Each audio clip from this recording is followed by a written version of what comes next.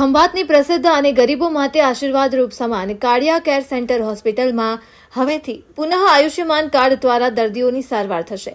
આણંદ જિલ્લાના ખંભાત શહેરમાં આવેલ કાર્ડિયા કેર સેન્ટર હોસ્પિટલ દ્વારા હવેથી પુનઃ આયુષ્યમાન કાર્ડ યોજના હેઠળ દર્દીઓને સારવાર કરવામાં આવશે।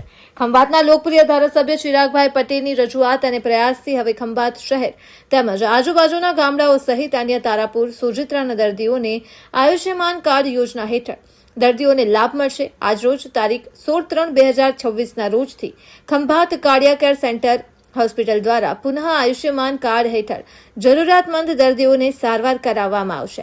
તેનું સંસ્થાના જાગૃત અને સેવાભાવી હોસ્પિટલના સેક્રેટરી યોગેશભાઈ ઉપાધ્યાયનું જણાવ્યું હતું, જેથી હવેથી ખંભાત તેમજ આજુબાજુના ગામડાના દર્દીઓને અન્ય શહેરો દૂર દૂર સુધી જવું નહીં પડે તેમજ આયુષ્યમાન કાર્ડ હેઠળ સરકારશ્રીએ નક્કી કરેલ રૂપરેખા મુજબ દર્દીઓની સારવાર કરવામાં આવશે। અહેવાલ શૈલેષ પંડ્યા, સંયોગ ન્યૂઝ, ખંભાત, આણંદ। માતાજી બધું સારું કરી દો, કોઈ ટેન્શન નહીં કરવાનું। આપણી માં બેઠી છે ત્યાં કશું ના થાય, ટેન્શન નહીં કરવાનું, બરાબર? બધું સારું થઈ જશે।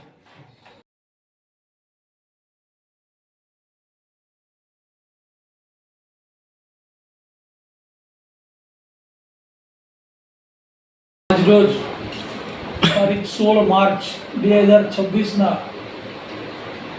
Cambay medical relief society cardiac care hospital ખાતે પીએમજેવાય યોજના અંતર્ગત આયુષ્માન યોજનામાં જનરલ મેડિસિન ક્લસ્ટરની પુનઃ શરૂઆત કરી રહ્યા છીએ।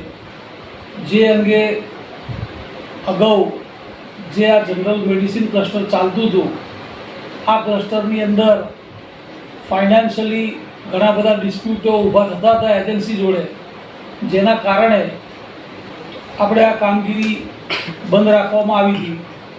તે પુનઃ ચાલુ કરવા માટે ખંભાતના ધારાસભ્ય શ્રી ચિરાગભાઈ પટેલ અને અમારા તમામ ટ્રસ્ટીગણની સાથે સંયુક્ત ચર્ચા મંત્રણા થતાં તેઓએ એવી હૈયાધારણ આપી કે હવે પછી ભવિષ્યમાં હું છું ત્યાં સુધી તમને ફાઇનાન્શિયલી ક્યાંય ડિસ્પ્યુટ એજન્સી તરફથી થશે નહીં।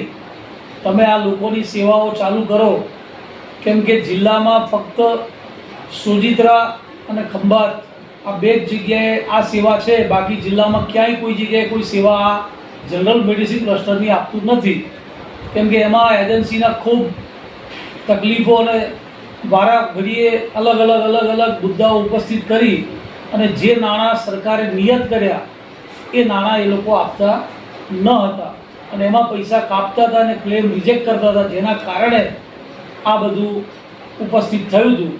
હવે ધારાસભ્યશ્રી દ્વારા આરોગ્ય મંત્રીશ્રી અને વિવિધ કચેરીઓ ખાતે તેઓ દ્વારા ચર્ચા મંત્રણા કરી અને હૈયાધારણ સંસ્થાને આપવામાં આવી, તો પુનઃ આજરોજથી આપણે આ સુવિધા શરૂ કરી રહ્યા છે।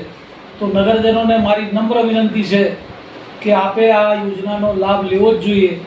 શાંતિમય રીતે હોસ્પિટલને ખલેલ ન થાય એ રીતે પોતાની કામગીરી અને પોતાના દર્દ માટે આવશો તો આ હોસ્પિટલ આપની માટે તત્પર રહેશે, તેની પણ હું આ તબક્કે આપને ખાતરી આપું છું। યોજનામાં કેટલા દર્દીઓ લાભ મળશે?